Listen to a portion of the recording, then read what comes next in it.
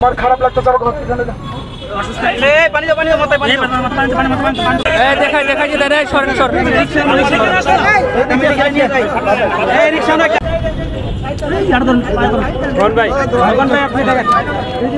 খোকন ভাই দাঁড়ান লাইনগুলো ভাই এগুলো কার এটা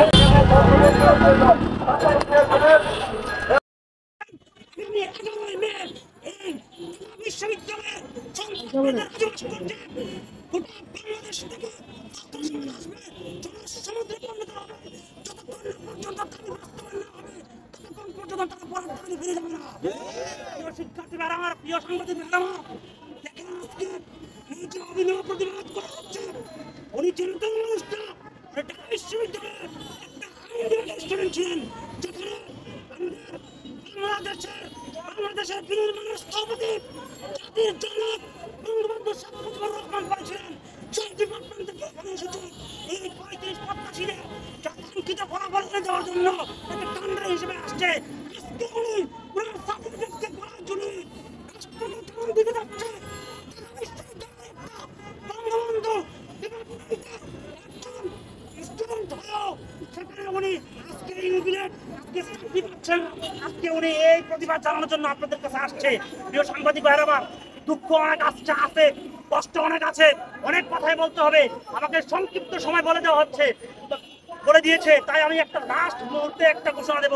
সেটা হচ্ছে আজকে যদি লক্ষ লক্ষ বেকার শিক্ষার্থীদের সাথে কোনোভাবে প্রতারণা করা হয়, জনপ্রশাসন মন্ত্রীকে আমি বলছি, অনুরোধ করছি, উদারত আহ্বান জানাচ্ছি, আপনি এক একটা সময় এক একটা কথা বলেন। প্রথমে বলছেন এটা সরকারের নীতিগত সিদ্ধান্ত।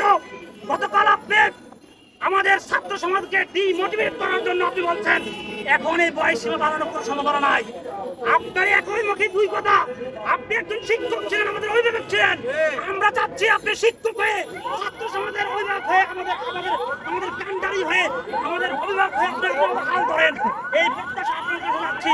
আর মাননীয় প্রধানমন্ত্রী প্রধানমন্ত্রীকে আমি বলতে চাই, মাননীয় প্রধানমন্ত্রী আপনি দেশকে উন্নয়নের শিখরে নিয়ে যাচ্ছেন। আমি একটা কথা বলবো, তার বক্তব্য প্রত্যেকটা দেশে বয়স সীমা 30 থেকে 35 করা হয়েছে, শুধু পাকিস্তান আর বাংলাদেশ ছাড়া। প্রিয় সাংবাদিক ভাইরা, আপনারা এটাও জানবেন শুধু বাংলাদেশ এবং পাকিস্তানে বেকারত্বের হার বেশি।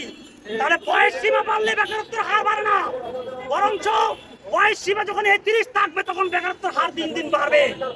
আমি আবারও বলছি, প্রিয় সাংবাদিক ভাইরা আমার, আপনারা আমাদের সুখে দুঃখে ছিলেন। আর একটা কথা বলবো, আমাকে বারবার বলা হচ্ছে 23 বছরে অনার্স কমপ্লিট করা হয়, 21 থেকে 23 বছরের মধ্যে অনার্স কমপ্লিট করা হয়। আপনারা জরিপ দিবেন বাংলাদেশের কোন বিশ্ববিদ্যালয়ে 23 বছরের মধ্যে কোন স্টুডেন্ট একটা স্টুডেন্ট দেখাইতে পারবেন না অনার্স কমপ্লিট করতে পারে। এটা ভুল তথ্য সংসদে উপস্থাপন করা হয়েছে। আমাদের সাথে প্রতারণা করার জন্য এটা ভুল তথ্য সংসদে উপস্থাপন করা হয়েছে। তাই ভুলভাল তথ্য দিয়ে আমাদেরকে বিভ্রান্ত করা যাবে না। আমরা 12টি বছর অহিংসভাবে আন্দোলনে আছি, যতক্ষণ না পর্যন্ত বাস্তবায়ন হবে আমরা মাঠে থাকবো ইনশাআল্লাহ।